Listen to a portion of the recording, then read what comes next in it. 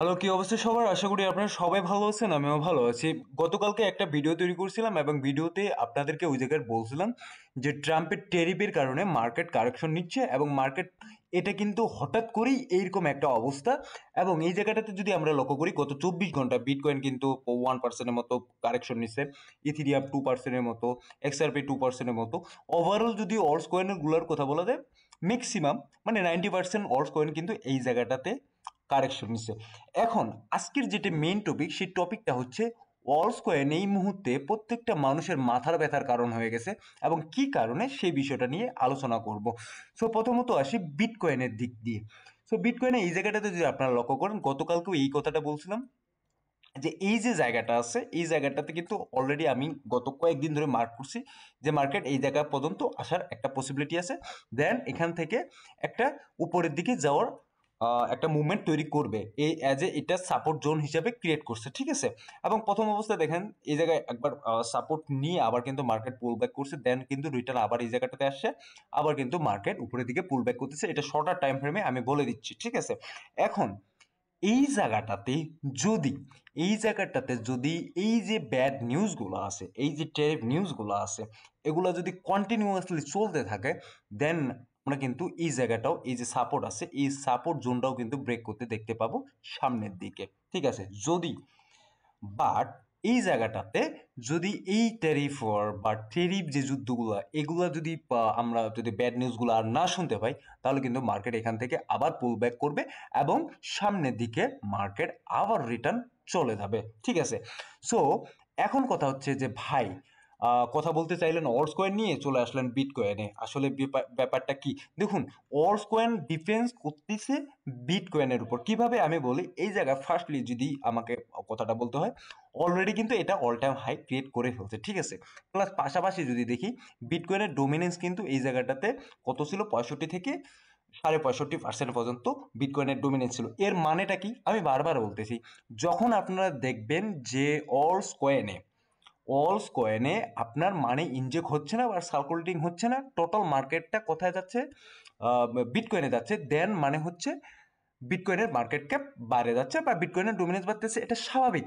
বিটকয়েনের dominance কখনো একাই কাজ করে না, এটা ডিপেন্ডস করতেছে অল্টস কয়েন এবং বিটকয়েনের মার্কেট ক্যাপের উপর, ঠিক আছে। দেন এটা কিন্তু এর উপর ডিপেন্ডস করে, বেস করে উঠানামা করে। এখন এটা শুধু একটা ইন্ডিকেটর হিসেবে আমরা ধরে নিতে যদি পারি, সেক্ষেত্রে এই জায়গাটাতে আপনারা লক্ষ্য করুন, বিটকয়েনের ডোমিনেন্স এই জায়গাটাতে অনেকটা ফল ডাউন করছিল, কত দূর পর্যন্ত আসলো, এই জায়গায় 61 বা 62% পর্যন্ত আসছিল, দেন কিন্তু আবার মার্কেট রিটার্ন করছে এবং এখন 64, 64.5 পর্যন্ত আছে। এর মানে কি, অল্টস কয়েন আমাদের আবার ফল ডাউন করতেছে। এবং এটা যদি আসলে দেখি এই জায়গাটাতে লক্ষ্য করি, ওকে, ঠিক আছে, এটা ঠিক আছে যে অল্টস কয়েন আবার ফল ডাউন করতেছে। এবং এই যে জায়গাটা মার্ক করছিলাম, এই জায়গাটা বা এই জায়গাটা যে জায়গায় থাকে, এই জায়গাটা কিন্তু কোনো কারণে ক্রস করতে পারতেছে না অল্টস কয়েন টোটাল থেকে, ঠিক আছে। ও সো এই জায়গাটা যখন ক্রস করতে পারবে না, তখন কিন্তু অল্টস কয়েনে ভালো মুভমেন্ট আসবে না, সেটা আমি পুরোনো কথা বলছি। এখন কথা হচ্ছে যে অল্টস কয়েন কিভাবে মানুষের মাথার ব্যথার কারণ হয়ে দাঁড়ালো, এই বিষয়টা নিয়ে আলোচনা করো, ঠিক আছে। সো গত কয়েকদিন আগে আমি একটা ভিডিওতে বলছিলাম, যারা আমার রেগুলার ভিডিও দেখেন তারা জানেন, বলছিলাম এই জায়গাটাতে যে অলস কয়েন যখন একেবারে ডিপ চলে আসে, দেন ওই মুহূর্তটাতে যদি আমরা ইনভেস্ট করতে পারি, ওইখান থেকে যখন অলস কয়েন মোটামুটি 40% বা 30% আমাদেরকে রিটার্ন দিয়ে দেয়, তখন কিন্তু আমরা ওইখান থেকে ডিসেন্ট প্রফিট নিয়ে বের হয়ে আসতে পারি। এইভাবে অলস কয়েনে আমাদেরকে চলতে হবে। যদি আপনাদের এখন এই জায়গাটাতে যদি আপনারা লক্ষ্য করেন একটু, যদি মান্থলি টাইম ফ্রেমে আসে, সেক্ষেত্রে 1 মান্থে এই জায়গায় অনেক কয়েন আছে যেগুলো কিন্তু ভালো পারফরমেন্স করছে, যেমন ডাব্লিউ ওয়াই হ্যাথ, অ্যাভি, আপনার এক্সেমার, পেপে, বং, ভার্চুয়াল ফটোকল, অ্যাক্সিয়াস, ইথিরিয়াম, প্রত্যেকটা কয়েনে কিন্তু ম্যাক্সিমাম কয়েন এই জায়গায় যেগুলো টপ 100 কয়েনের মধ্যে আছে, এগুলো কিন্তু মান্থলি টাইম ফ্রেমে দেখতে গেলে অনেক ভালো একটা করছে, পারফরমেন্স করছে। এবং এই কয়েনগুলাই যদি আপনি 1 মাস আগে সেল করতেন, বা সরি 1 সপ্তাহ আগে সেল করতেন, তাও কিন্তু এই জায়গাটাতে একটা ডিসেন্ট প্রফিট বের করতে পারতেন আজকের তুলনায়। সো আমি যেটা বলতে চাচ্ছি, যখন অল কয়েনগুলো নিচের দিকে চলে আসতেছে বা একেবারে ডিপ পর্যায়ে চলে আসতেছে, ওই কয়েনগুলো আপনারা গ্র্যাব করবেন এবং ওই কয়েনগুলোতে ইনভেস্ট করার চেষ্টা করবেন।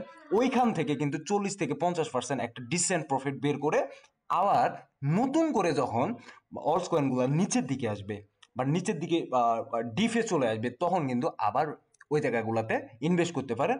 এক্সপেক্ট কিছু কিছু অল্স কয়েন আছে যেগুলোতে আপনারা ইনভেস্ট করে রাখতে পারেন, কোনো সমস্যা নেই, ভালো কয়েন যেগুলো ফান্ডামেন্টাল। তাছাড়া আমার কোনো অলস কয়েনকে ভালোবাসার এই জায়গাটাতে কোনো প্রয়োজন নেই।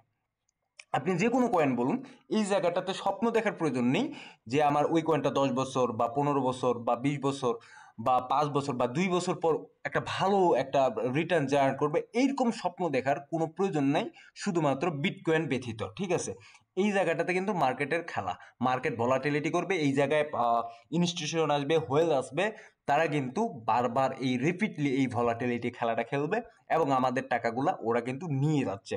ঠিক আছে, এই বিষয়টা কিন্তু মাথায় রাখবেন। সো এইভাবে আমাদের চিন্তা করা যাবেই না। আমাদের চিন্তাটা কিভাবে করতে হবে? হোয়েলস যেভাবে চিন্তা করতেছে, ইনস্টিটিউশন যেভাবে চিন্তা করতেছে যে ভাই আমি ডিপলি একটা কয়েন বাই করলাম, ওইখান থেকে 40% বা 50% এক জায়গায় একটা রিটার্ন নিয়ে ডিসেন্ট প্রফিট নিয়ে ওই জায়গাটা থেকে আমি বের হয়ে গেলাম।